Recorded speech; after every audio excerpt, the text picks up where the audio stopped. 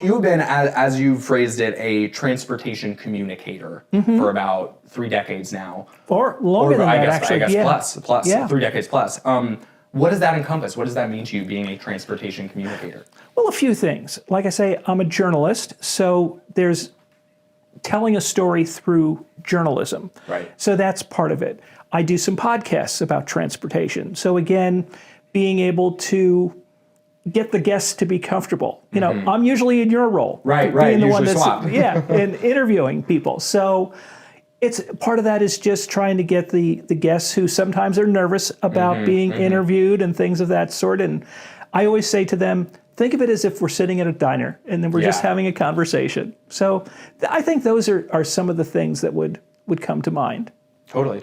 And a lot of your career, if I'm not mistaken, began, you were a traffic reporter for a while. Why traffic? Like, what drew you to traffic? What drew you to transportation instead of, say, another area of journalism or radio? A real simple answer, unemployment. That is a great catalyst, right? I was very fortunate. It was about a year after I graduated college. I had a job at a radio station in southern Indiana that didn't work out. So I came back home, was looking for a job, and this new company called Shadow Traffic came along, and they were going to be doing something that was unprecedented in New York, where they were going to be providing traffic reports for most of the radio stations in the tri-state area.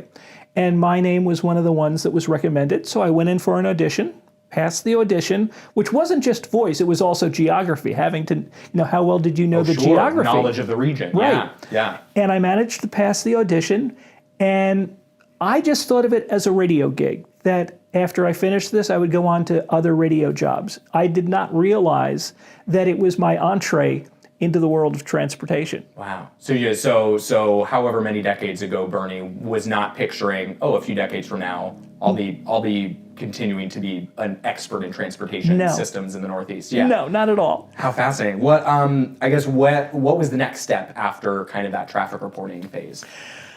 Well, I tried something else in radio that didn't work out. And my old boss from Shadow Traffic had been hired by the New York City Department of Transportation to help set up their communications center in Long Island City. And he knew I was looking for a job and said, would you like to join me? And since I was at the time working the night shift, I was a manager at a mail sorting facility. This sounded like, this is a good opportunity. Big step up. Yeah. I'll be able to sleep at night again. Right. So I went over to work for New York City DOT for a short time.